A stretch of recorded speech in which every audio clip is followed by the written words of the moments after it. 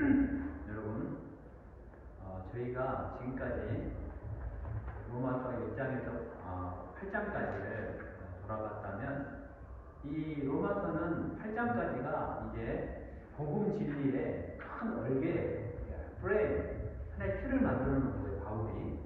자, 그리고 이제 8장까지가 믿음의 구원을 얻는 복음의 큰 메시지를 정리를 했다면은, 이제 9장부터 11장까지는 이스라엘과 교회, 그리고 혹은 이스라엘과 이방인과의 관계를 어떻게 볼 것인가, 이 관점을 바울이 이야기를 하고 있습니다. 우리가 구약을 읽어볼 때 주로 이스라엘의 이야기가 나오죠. 구약. 그리고 구약에 나왔던 그러면은 이스라엘하고, 이제 신약에서 예수님이 오셔서 예수님을 통해서 이제 새로운 하나님의 자녀가 된 우리 백성들, 그리고 그 백성을 우리가 교회라고 칭하는데, 그 교회와는 이스라엘과 어떤 관계가 있느냐라는 것을 지금 바울이 9장에서 이야기를 하고 있어요. 우리 전쟁이 지금 하마스와 이스라엘, 팔레스타인과 이스라엘이 지금 한 달이 넘도록 전쟁을 하고 있죠. 하마스는 테러리스트입니다. 그런데 이 인류의 역사에서 그렇다면 이 이스라엘의 존재를 어떻게 봐야 되느냐, 이스라엘에도 대적하는 이 아랍 세력을 또 어떻게 봐야 되느냐. 분명히 구약의 많은 성경 내용들은 이스라엘에 관한 이야기인데, 21세기를 살아가는 우리는 과연 이 이스라엘을 어떻게 바라봐야 되느냐, 이거를 2000년 전에 바울이 지금 이야기를 하고 있는 거예요. 그러면 하나님이 이스라엘을 버렸느냐, 아니면 하나님이 21세기인 지금도 이스라엘을 중심으로 이 인류의 역사를 움직이시느냐, 그리고 이 이스라엘과의 교회의 관계는 과연 무엇이냐를 바울이 지금 이야기를 하고 있는 겁니다. 이게 굉장히 중요한 건데, 아마 유튜브에서도 이걸 가지고 논쟁하는 신학자들이 많이 있는 걸로 제가 알고 있습니다. 하나님께서 이스라엘을 지금 그러면 어떻게 보고 계시고, 유대인을 어떻게 보고 계시고, 또 교회를 하나님 어떻게 보고 계십니까? 교회는 어떤 의미에서 중요한 의미가 있는지를 이야기를 하고 있는 거예요. 여기서 여러분, 교회라는 것은 유형의 건물을 의미하는 것이 아닙니다. 여기서 말하는 교회는 예수 그리스도를 주로 고백하고, 내가 그분께 자복하고 회개하고 그분을 나의 인생으로 주인으로 모시는 그런 자들의 모임을 교회라고 합니다. 여러분, 바울이 유대인이었습니까? 이방인이었습니까? 바울이 유대인이었을까? 이방인이었습니까? 유대인이죠. 바울은 유대인입니다. 그런데 바울이 1, 2절에서 이렇게 이야기를 하고 있어요. 바울이 근심이 있다고 이야기를 하고 있어요. 그리고 그 근심도 그냥 근심이 아니라 성경에 보니까 그치지 않는 큰 근심이라고 이야기를 하고 있어요. 바울이, 여러분, 바울이 어떤 사람입니까? 바울이 감옥에 갇혀서도 기뻐하면서 찬양하면서 감옥 문이 열리는 걸 경험한 사람, 또 삼층천에 올라가서 천국을 경험한 사람, 그리고 자기를 걱정하면서 기도하고 있는 바깥에 있는 자기 지인들에게 나를 위해서 걱정하지 말아라, 나를 위해서 염려하지도 말아라, 너희들은 항상 기뻐해라, 다시 말하노니 너희는 항상 기뻐하라 라고 이야기를 하던 바울이에요. 바울이 돌에 맞고 40에 하나를 감아 매를 그렇게 많이 맞았어도 그 심령에 기쁨이 넘쳤던 그 바울인데, 그 바울이 지금 나에게 큰 근심 골칫거리가 있다라고 이야기를 하는 거예요. 마음에 그치지가 않는데, 잠깐 고통이 왔다가 그치면 다행인데 이 근심이 사라지지 않는다는 거예요. 하나님을 위해서, 복음을 위해서 자기의 생명을 바칠 준비가 되어 있는 바울에게 이런 무거운 짐이 있다. 근데 그렇다면 그 짐이 뭐냐? 이 성경은 뭐라고 이야기하냐면, 자기 공포, 자기 고육, 이스라엘 백성들이 멸망할 것 같다는 거예요. 구원해달라는 거예요. 그래서 하나님께 바울이 기도하고 있는 거예요. 하나님, 제가 여기 보면은 그리스도에게서 내가 끊어질지라도, 내가 저주를 받아 그리스도의 사랑에서 끊어질지라도, 이 이야기는 뭐냐면, 바울이 내가 지옥에 간다 하더라도 그 말이에요.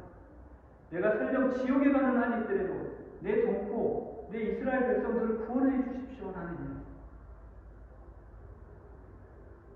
여러분, 바울이 이렇게 동족의 구원을 간절히 소망하는 것은 모세의 중보 기도를 상기시키고 있어요. 모세가 시내산에서 하나님의 계명을 받기 위해서 올라갔죠. 40일 동안 내려오질 않습니다. 백성들이 조바심이 나는 거예요. 그래서 자기들이 가지고 있는 모든 금가락지, 금수저, 모든 금을 모아서 금송아지를 만들어 우상을 숭배할 때 하나님께서 그들을 치시죠. 그래서 하나님께서 그들을 3,000명을 죽이시는데 그때 모세가 이렇게 기도해요. 하나님, 저들의 죄를 용서해 주시오. 저들의 죄를 사하지 아니하시면 제 이름을 생명책에서 제해달라고 그때 그렇게 기도했어요. 그렇지만 하나님께서는 그 우상 섬기는 자를 다 멸하셔버렸어요. 여러분, 또 고라의 반역을 여러분 기억하시죠? 고라는 레위의 증손자예요. 모세와 아론과는 사촌입니다. 이 고라가 모세만 지도자냐? 아론과 모세만 이스라엘 이 백성의 지도자냐? 우리도 지도자다라고 반역을 깨는 거예요. 민수기 16장에 보면 이 고라의 반역 이야기가 나옵니다. 그래서 이 고라라는 사람이 지휘관 250명을 모아서 모세에게 반역을 빼앗죠. 근데 하나님은 이 일을 매우 악하게 보셨어요. 그래서 하나님은 이 고라 자손이 250명과 고라 자손이 지진을 일으켜서 그냥 땅이 갈라져서 그들을 다 삼켜버립니다. 그리고 14,000명이 이스라엘 백성 그 동주에 있던 사람들을 다 불살라 죽이는 거예요. 그러니까 뭡니까 여러분? 이스라엘이라고 해서 이스라엘 민족 개념으로 구원을 하신 게 아니라는 이야기예요. 영적인 이스라엘만 구원하신다는 말씀이에요. 바울은 그걸 알고 있는 거죠. 바울이 로마서 1장에서 8절까지 오직 복음에는 하나님의 의가 나타나는 믿음으로 믿음에 이르게 하는 오직 의는 믿음으로 말미암아 살리라. 행위가 아니라 오직 믿음으로 말미암아 살리라라는 로마서 3장 17절의 말씀을 가지고 바울이 뒤집어졌지만 그러나 유대인들은 그걸 모르는 거예요. 유대인들은 예수 그리스도를 믿지 않는 거예요. 그렇기 때문에 그들은 예수 그리스도만이 길이요 진리요 생명이 있고 예수 그리스도를 통하지 않고는 구원을 받지 못한다는 것을 바울은 알고 있었기 때문에 그 모든 이스라엘 민족이 멸망할 거라는 걸 알고 있는 거예요. 물론 그 중에는 유대인 중에서도 그리스도인이 있어요. 유대인이지만 그리스도인이 있어요. 그 그리스도인은 구원을 받지만 오직 유대인, 나는 유대인이야라고 자만심에 빠져서 예수님의 신성을 부인하는 자들은 구원을 받을 수가 없다는 거예요. 바울이 그들을 위해서 지금 기도를 하고 있는 것이 바로 로마서 9장입니다. 근데 이스라엘 백성이 구약을 통해서 누렸던 특권들이 있단 말이에요. 4절에 봅시다. 4절에 보면 그들은 이스라엘 사람이라 그들에게는 양자됨과 영광과 언약들과 율법을 세우신 것과 예배와 약속들이라는 하나님께서 놀라운 프리빌리지를 주셨어요. 특권을 주셨어요. 일단 그들은 선민이에요. 선택된 백성이에요. 그래서 이 6가지를 이 성경 2가지 세트식으로 대조를 하고 있어요. 양자됨과 율법을 주신 것, 그리고 영광과 예배, 그리고 언약과 약속이라는 이 병렬 구조를 통해서 이스라엘에게 주신 하나님의 그런 특별한 은혜를 강조하고 있어요. 너희는 이렇게 특권을 받았다는 이야기예요. 그러나 이렇게 하나님의 선택된 이스라엘 민족 전체가 자동적으로 구원받는다는 의미가 아니라는 거예요. 여기서 이스라엘 민족을 선택하신 하나님의 그 선택은 구원의 선택이 아니라 사명의 선택을 이야기하고 있어요. 따라해 봅시다. 사명의 선택. 사명의 선택. 예. 이스라엘 백성을 양자로 선택했다는 것은 너희 모든 이스라엘 민족을 내가 구원하겠다는 게 아니에요. 그것은 너희를 통해서 예수 그리스도를 보내시겠다는 그 약속을 너희 이스라엘 백성을 통해서 이루시겠다는 사명의 선택을 해주신 거예요. 스페셜 미션을 주신 거예요. 믿음이 없이도 이스라엘 민족이라는 이유 하나만으로 구원을 주겠다는 게 아니에요. 바울은 로마서 8장 14절에 하나님의 영으로 인도함을 받는 자만이 아들이라고 말했어요. 또 로마서 2장 29절에 마음의 할례를 받은 사람만이 하나님의 아들이라고 했어요. 마음의 할례가 뭡니까? 하나님을 진정으로 믿고 회개하는 자를 말하는 거예요. 또 바울은 로마서 3장 9절에서 20절에서 이렇게 이야기하고 있어요. 유대인이나 이방인이나 모두 의에 이르지 못한다고 기술을 하고 있어요. 즉 민족적 개념의 구원이 아니라 선택된 그런 구원이라는 거예요. 이거를 지금 4절에서 이야기를 하고 있는 거예요. 우리의 여러분 삶도 마찬가지입니다. 우리가 그저 교회 다닌다고 내 삶 속에서 그리스도의 향기는 전혀 나지 않고 내 삶에서 변화된 모습은 보이지 않고 내 삶에서 그리스도와 연합은 보이지 않고 그저 교회 다닌다고 구원받았다고 자신하면 안 된다는 거예요. 내가 정말 영적인 이스라엘인지 확인해 보라는 거예요. 믿음으로 구원받아요. 제가 지금 말씀드리는 것은 행위로 구원받는다는 그 말이 아니에요. 우리가 믿음이 포도나무이신 예수님 안에 붙어 있는지를 확인해 봐야 된다는 거예요. 자, 다시 본문으로 돌아와서 이스라엘 민족은 택함받은 선민인데 하나님의 구원의 역사를 이루어가기 위한 사명을 위해서 선택받았다. 그 대표적인 게 뭐예요? 이스라엘을 통해서 누가 와야 해요? 예수 그리스도 메시아가 와야 해요. 메시아, 예수 그리스도 그 계보를 이어야 되는 그 계보를 이스라엘 민족을 통해서 그 이스라엘을 도구로 사명을 주셨다는 거예요. 그게 제일 중요한 사명이에요. 두 번째는 이스라엘 백성이 뭘 맡았습니까? 하나님의 말씀을 맡았다는 거예요. 구약 39권을 기록한 사람 중에 이스라엘 사람이 아닌 사람은 아무도 없어요. 이 이스라엘 민족이 이 39권을 다 기록한 거예요. 필사를 하고 카피를 하고 때로는 암송을 해서 구전으로 지금까지 2000년이 넘도록 이 구약 성경이 우리에게 전해진 거예요. 그러니까 하나님께서는 이스라엘 민족을 선택을 하셔서 이 성경이 우리에게 전해지는 이거를 사명을 주셨다는 거예요. 특권을 주셨다는 거예요. 그리고 또 세 번째 특권은 하나님의 영광을 그들에게 보여주셨어요. 쉐키나의 영광, 당신의 영광을 이스라엘 민족에게 보여주셨다는 거예요. 그리고 아브라함에게 언약을 주셔요. 이스라엘 민족을 통하여 큰 민족을 이루겠다라는 민족적인 언약을 주셔요. 창세기 12장 2절 3절에 보면 모든 열방과 민족이 복을 얻으리라. 이게 하나님과 아브라함이 세운 언약이에요. 그 언약을 하나님이 그대로 이루시잖아요. 75명이 들어가요. 애국으로. 요셉이 먼저 들어갔고 야곱의 나머지 11아들이 들어가잖아요. 고센 땅으로. 그 75명이 들어가서 출애굽하면서 200만 명 이상이 나오는 거예요. 그러니까 하나님께서는 아브라함에게 약속했던 생육하고 번성하고 가나안 땅을 정복하고 다윗 왕조를 이루라는 이 약속을 이루신 거예요. I will make you a great nation. 나는 너로 하여금 거대한 민족을 이루겠다라고 하신 이 약속을 이루신 거예요. 이 지상의 모든 열방이 복을 얻으리라. 구원의 복을 얻으리라. 하나님의 나라로 들어가는 복을 얻으리라. 누구를 통해서요? 누구를 통해서요? 예수 그리스도를 통해서. 그 아브라함의 언약이 있었고 두 번째 맺은 언약이 모세 언약이에요. 모세 언약은 율법 언약이에요. 그것은 옛 언약이라고도 합니다. 율법을 세웠어요. 그리고 그 율법을 지키는 자에게 구원을 주시고 못 지키는 자는 저주를 주시는 것이 바로 모세 언약이었어요. 그런데 그 언약이 물론 나중에는 예수 그리스도를 통하여 완전히 이루어지죠. 그 다음에 이스라엘 백성과 맺은 언약은 다윗 언약이에요. 하나님께서 사무엘을 통하여 다윗 너의 왕조가 영원하리라. 이 다윗의 왕조가 영원히 서리라라는 놀라운 약속을 해주시는데 이게 어떻게 이루어지시느냐? 예수 그리스도가 다윗의 자손으로 오셔서 왕직을 계승하시는 거예요. 왕 같은 제사장, 우리 예수 그리스도가 영원한 왕으로 오셨어요.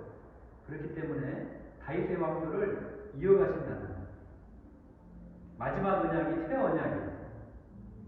하나님께서는 우리에게 새 언약을 약속하셨는데 옛 언약 모세 언약을 폐하셨어요.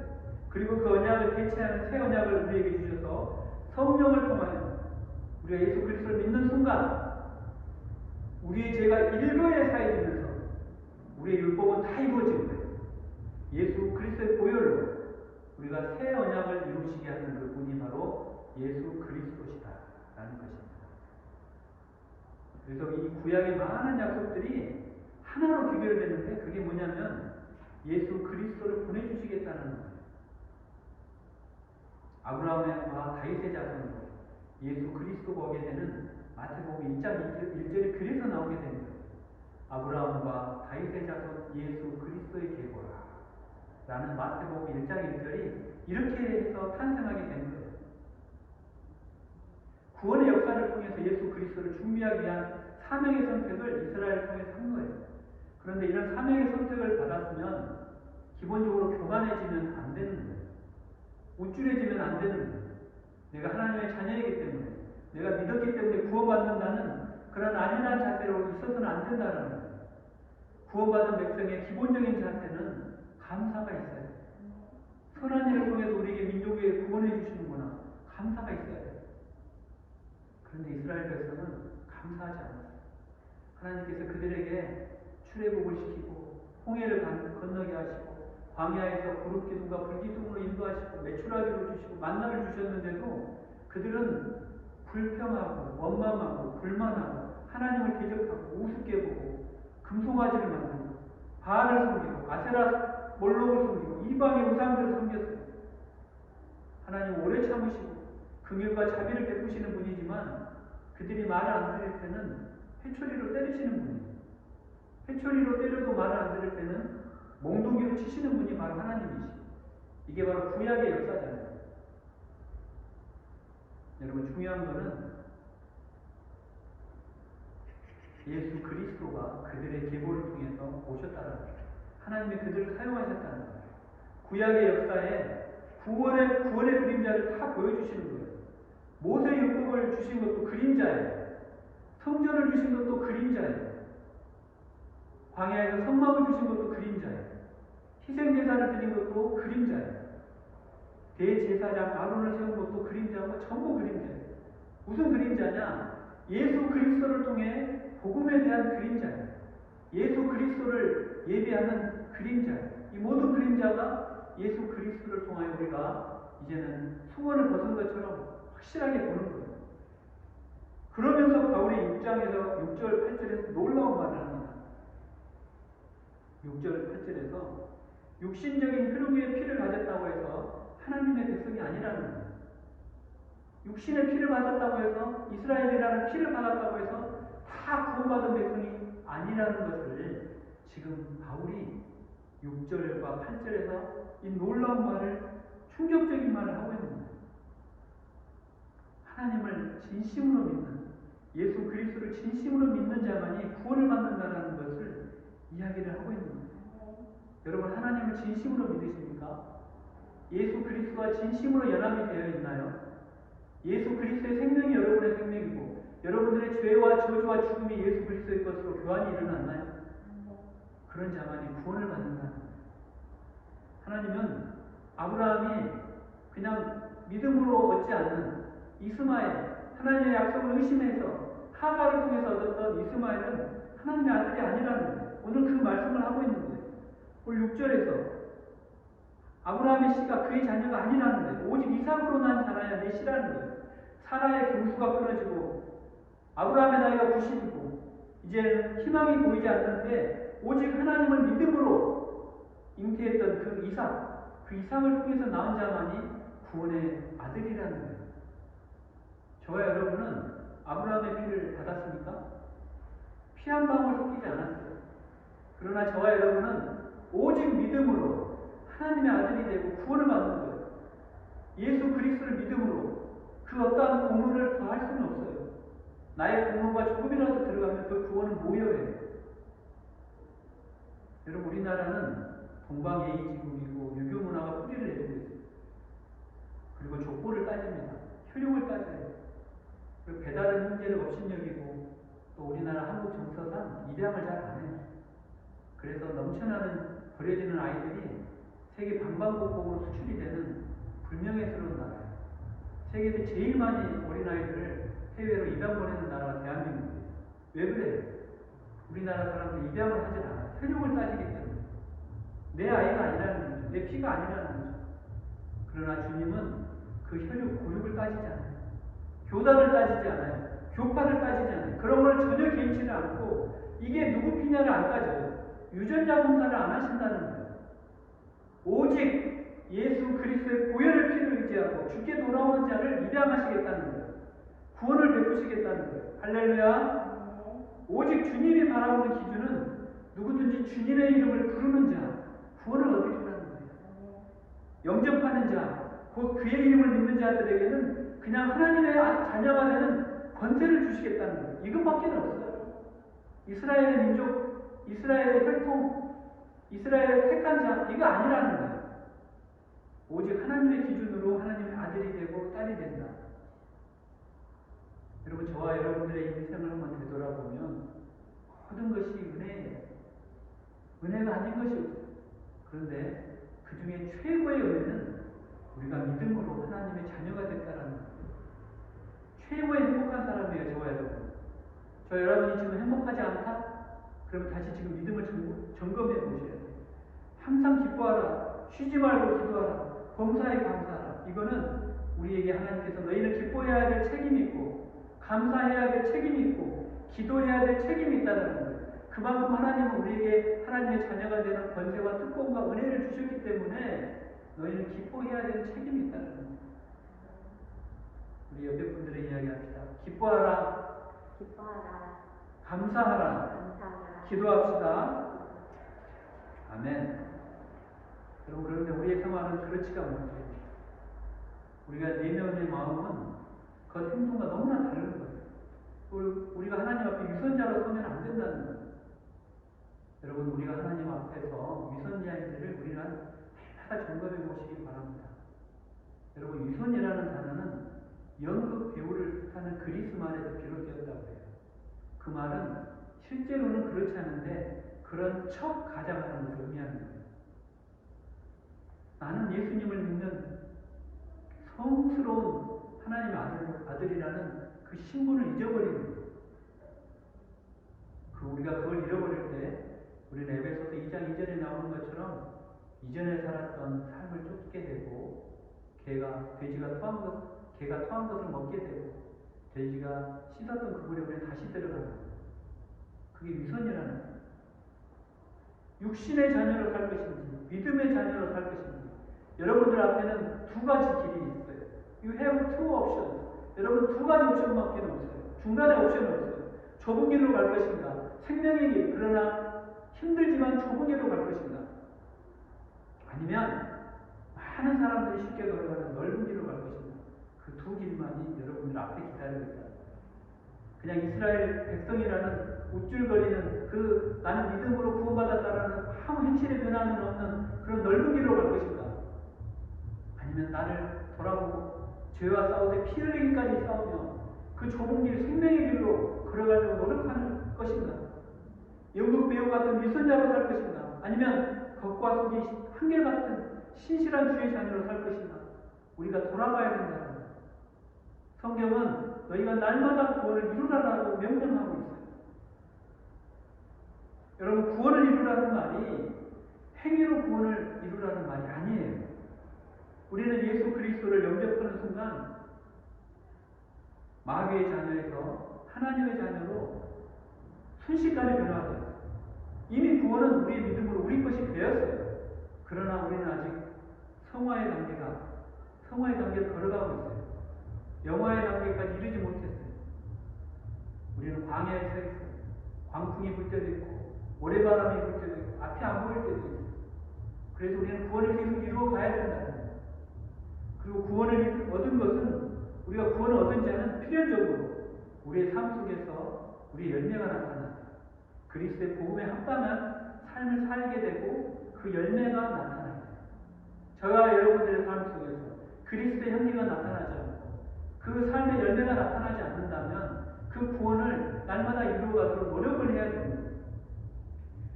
누가복음 13장 23, 24절을 보면 충격적인 말씀이 나옵니다. 충격적인 말씀, 스터닝 스테이트먼트. 어떤 사람이 주님께 물어봐요. 주님, 구원을 받는 게 쉽습니까? 누가복음 13장에서 물어봐요. 구원을 받는 사람들은 많나요? 근데 예수님이 많다 적다 이야기를 안 하고 이렇게 답해요. 좁은 문으로 들어가기를 힘써라. 내가 너희에게 이르노니 좁은 문으로 들어가기를 힘써라. 그러나 들어가기를 구하여도 못하는 자가 많으리라. 이게 주님의 말씀이에요. 또 누가복음 14장 25절 26절에 보면 수많은 무리가 휴즈 크라우드, 매시브 크라우드, 어마어마한 군중이 예수님께 와요. 예수님이 그들에게 막 복음을 전하시는 거예요. 여러분, 수천 명의 사람들, 수만 명의 사람들이 누가복음에처럼 자기에게 온다고 생각해요. 얼마나 뿌듯하고 좋은 말을 해주고 싶겠어요. 그들에게 격려해주고 싶겠어요. 그 사람들이 예수님께 왔어요. 그 많은 사람들. 그리고 격려되는 말, 아주 힘드는 말을 들으러 예수님께서는 26절에 이렇게 얘기합니다. 물론 나에게 오는 자, 너희들이 이렇게 수많은 자들이 나에게 오지만 나에게 오는 자가 자기 부모와 처자와 형제와 자매와 더욱이 자기 목숨까지 미워하지 않냐면 능히 내 제자가 되지 못한다. 이런 말씀을 하시는 거예요. 사람들이 얼마나 실망했겠어요. 그리고 마음에 엄청난 부담을 느끼고 어떻게 보면 예수님께서는 자기에게 온 이 수많은 무리를 그냥 집으로 돌려보내시고 쉬려고 이런 말씀을 하신 것 같아요. 자기를 미워해라는 거예요. 십자가를 지라는 거예요. 자기 목숨까지 미워하지 않으면 능히 내 제자가 날 따라오지 못하리라는 거예요. 여러분, 이거 매력적인 메시지는 아니죠. 하지만 주님께서는 분명히 우리에게 이렇게 말씀을 하고 계십니다. 여러분, 구원은 1대1의 사건입니다. 물론 우리를 위해서 많은 자들이 중보기도 하고 계시지만 우리의 부모가 우리의 공동체에서 우리를 위해서 기도한다고 내가 구원받는 게 아니에요. 여러분들, 구원은 건물에 들어갈 때 회전문 같은 거예요. 한 사람씩 들어가는 거예요. 회전문이 돌아가면서 한 명씩 들어가는 거예요. 여러분, 손에 여행 캐리어가 많으면 많을수록 회전문에 걸리게 돼요. 여러분들 손을 가볍게 해야 됩니다. 내 손에 복음 외에는 다 내려놔야 구원의 길로, 좁은 길로 들어갈 수 있는. 마태복음 19장 24절에 보면 부자가 천국에 들어가는 건 낙타가 바늘기로 들어가는 것보다 어렵다고 해요. 그리고 또 천국은 침노하는 자의 것이라고 해요. 무슨 말이에요? 그만큼 천국은 들어가기 어렵다는 거예요. 여러분들이 나는 이스라엘 백성이고 선민이고 나는 예수를 믿기 때문에 구원받았다라는 그러한 생각에 사로잡혀 있는 순간 예수님께서는 오늘 이런 말씀을 하고 있는 거예요. 노력하라는 이야기예요. 슬기로운 다섯 처녀처럼 기름을 준비하라는 거예요.